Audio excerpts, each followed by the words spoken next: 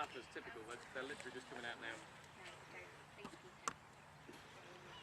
Thank you. Sorry it's taken me a while to figure out what to do. No rush. It's all good.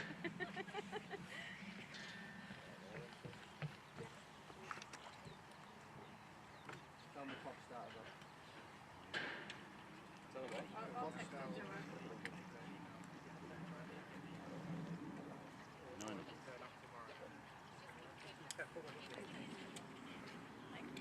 Yeah, that's fine. Thanks, Caroline.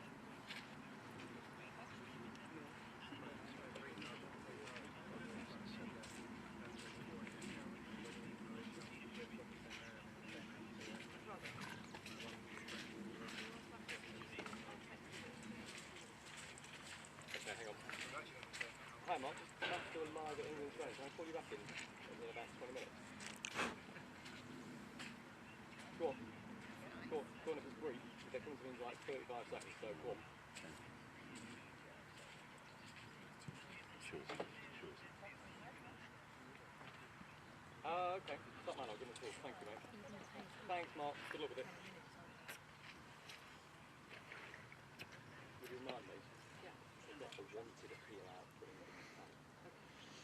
This one or this? No, I need to ring afterwards to Oh, get the okay, details. sorry, yeah.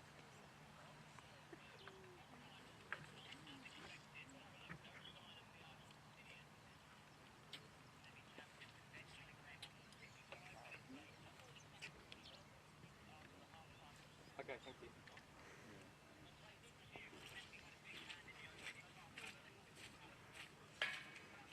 Furthest point possible. There's Gareth. Miles away. Where's Gareth? Right by the dugout. Oh, yeah. Who are we going to first, Rob? Come on then, first person. Southgate in a group, really. It's just the general stuff for the first answer. So do you want me to just the group or Southgate? I'll go to Gareth first and he might walk over to him.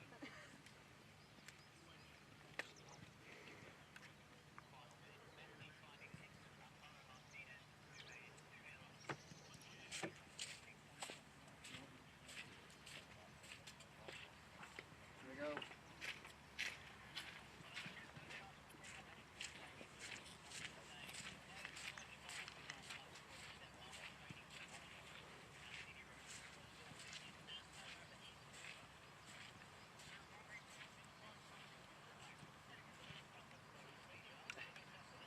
Do you know what? It has been a lot of negativity on social media and from the media and from England fans. It wasn't great from England last night, let's be honest. But if you look at the 10 players that are out there, they're going through their motions and they're going through their training routines perfectly happily. We can see Gareth Southgate, look, with Steve Holland.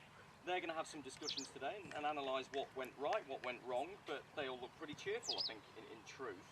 And I think, look, there's been a lot of criticism, some of it warranted, some of it a little bit over the top, I think, from my perspective, about England's performance last night. And you've got to look at the performance that Denmark put in. They are a very experienced team, 21st in the FIFA World Rankings. They are by no means any mugs, and England have no divine right to expect to roll these teams over, I think you have to say. It would be extreme arrogance to think they could do that. Denmark played well, they caused England loads of problems.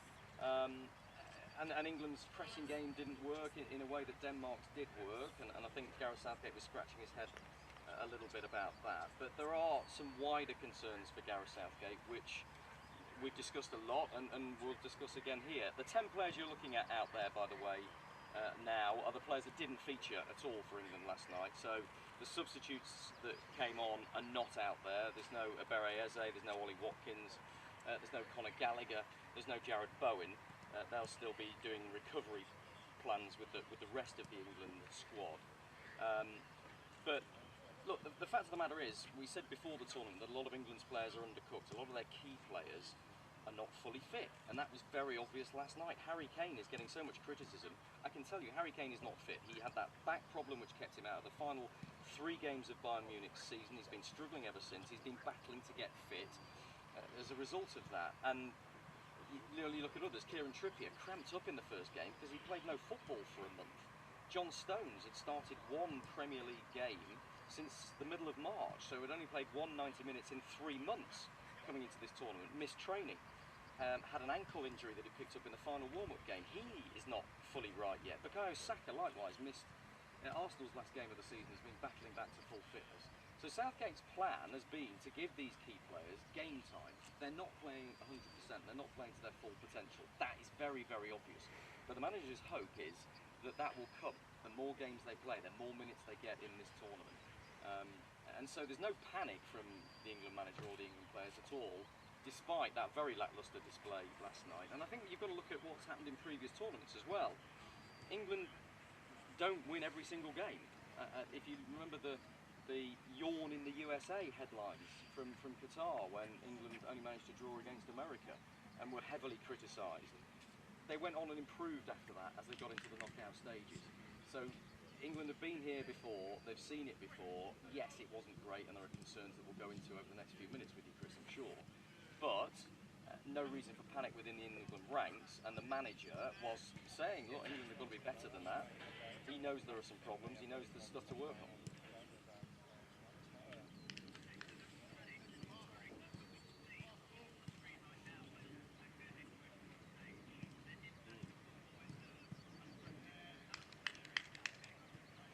Well, look, again, I think you need to point out that Gareth Southgate's future is in his own hands at the moment. The FA, my understanding is, from the people I speak to, desperately want him to extend his contract that's due to expire in December. They would like him to continue for more tournaments. It's Southgate himself who did that interview with Bill before the tournament that said, look, if we don't win the trophy, I don't expect to be here.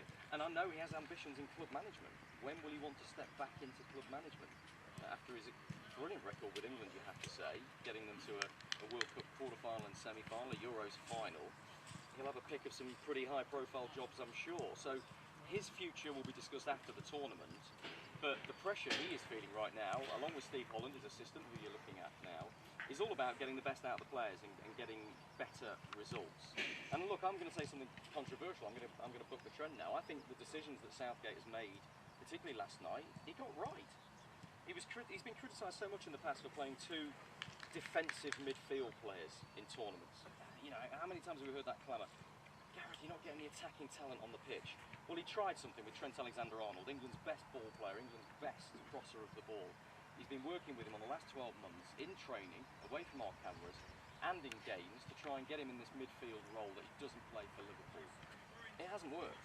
I think that experiment is now dead, and there was a very sad-looking Trent Alexander-Arnold that walked through the mix zone last night. It was boiling hot and really humid down there, but he was snugged up in his hoodie, with his hood up, hiding away from the media. And when we said, can we have an interview Trent, he said, not today, lads. He looked broken. He looked very, very disappointed. He knows it's over. I think Southgate knows it's over. Conor Gallagher came into the side. He's a natural number 8.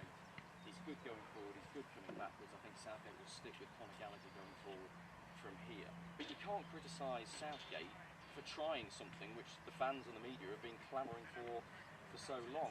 He's been criticised, Gareth Southgate, for not making substitutions quickly enough, not seeing that the game is changing and going away from England and then making positive substitutions. Well, he did last night. He took Alexander-Arnold off at 54 minutes to bring Gallagher on to say, look, it's not working, we're losing the battle in midfield, we need to change it. I can't remember a time where he's made 3 substitutions at the same time in a tournament game. He did that before 70 minutes to bring on those players we talked about.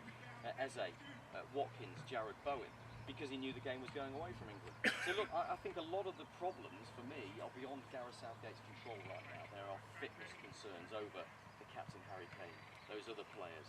They've got players that are not coming into it in form. And a lot of people will say, okay, play the players that are in form instead. You're looking out there now, look, there's Cole Palmer right in the middle of your picture. Cole Palmer has been outstanding for Chelsea this season. The number of goals that he's scored himself and created, he needs to be banging that team. Yes, I think we'll see more of Cole Palmer in the games coming up. And it'll be interesting to see, by the way, what Gareth Southgate does in this final game, because it's not a dead rubber now. England have a 97% chance of qualifying from here, an 87% chance of topping the group. Doesn't sound bad, does it? Let's be honest. I think there's a lot of other nations, Belgium included, that would snap your hand off to be in that situation. But it's not done. They have 4 points. That's not guaranteed that they will qualify from there, and England will want to top the group as well. So we can't rest an awful lot of players and throw in the likes of Ezri Konsa there on the right. Joe Gomez might play left back. Lewis Dunk there, maybe he'll play centre-back, Cole Palmer get him on, Adam Wharton. You can't just throw them all on, give them game time and rest the big guns, because England need at least a point out of the game, and he'll want to win it. He'll want to win that final game as well, to put to bed some of the criticisms that we've been talking about.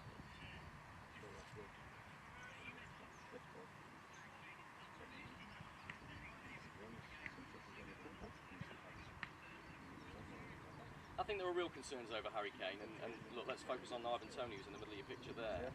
Ivan Toney hasn't made his tournament debut yet, he hasn't had any football. I think there's a really good chance he will buck that trend and get on the pitch at least in the final game against Slovenia.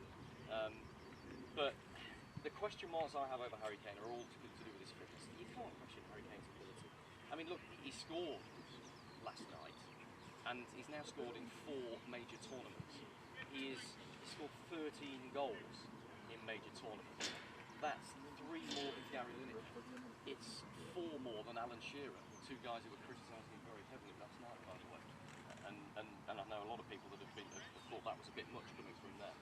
He scored 6 more tournament goals than Wayne Rooney.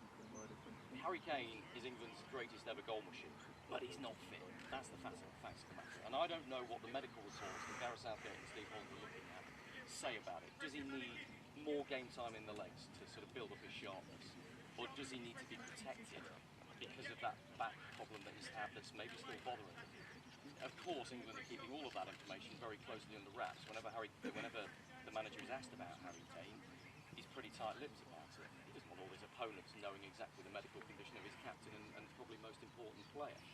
I think I worry about Harry Kane going forward. He isn't sharp. He scored last night, but he just wasn't himself still. He's not as mobile. He doesn't have the same sharpness and energy levels that we're used to seeing. He can't seem to keep up with play as much as he has done in the past.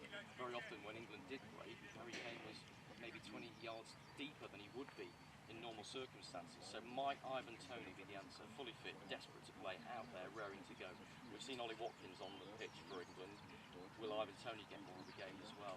I think it'd be really, really interesting where they go from here. But yeah, let's just end it with a bit of a positive, shall we? Because it doesn't feel like it on a pretty grey, dreary, supposedly summer's day here in the middle of Germany. And I'm sure the England fans are feeling exactly the same back home. Let's remind you, England, 97% chance of qualifying from here and 87% chance of topping the group. They're unbeaten. They've had problems like this in previous tournaments in the past. Let's see where they go from here. My concern is the niggling worries about players that are out of form and aren't fully fit in the background. But yeah, that's it from England today. This short training session while the rest of the squad carry out their own recovery programmes indoors. No media access, no interviews today. We'll be back at training with England around this time tomorrow, and then we will be talking to one of the members of the squad and finding out exactly what the mood's like.